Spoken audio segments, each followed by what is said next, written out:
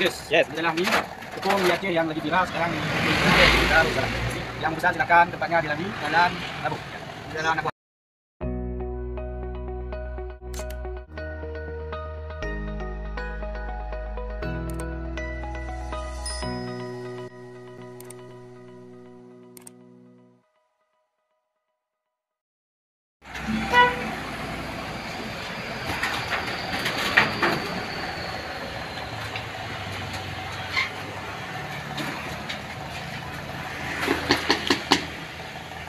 Yes. Yes. Ini adalah mie tepung mie Aceh yang lagi viral sekarang di Darussalam.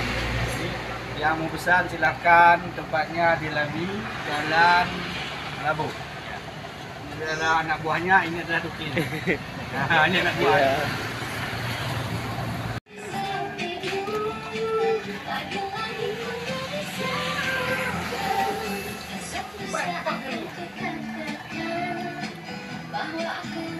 Halo, Halo. Halo.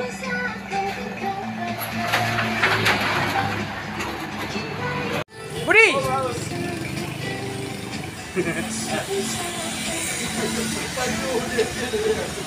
Ada boleh?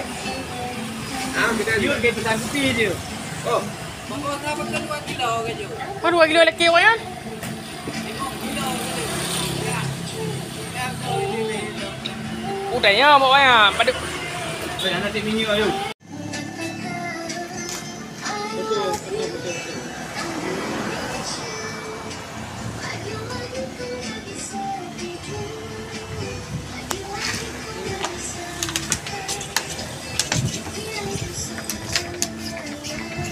Baju, baju dulu. Dia, oh, kalau vitamin.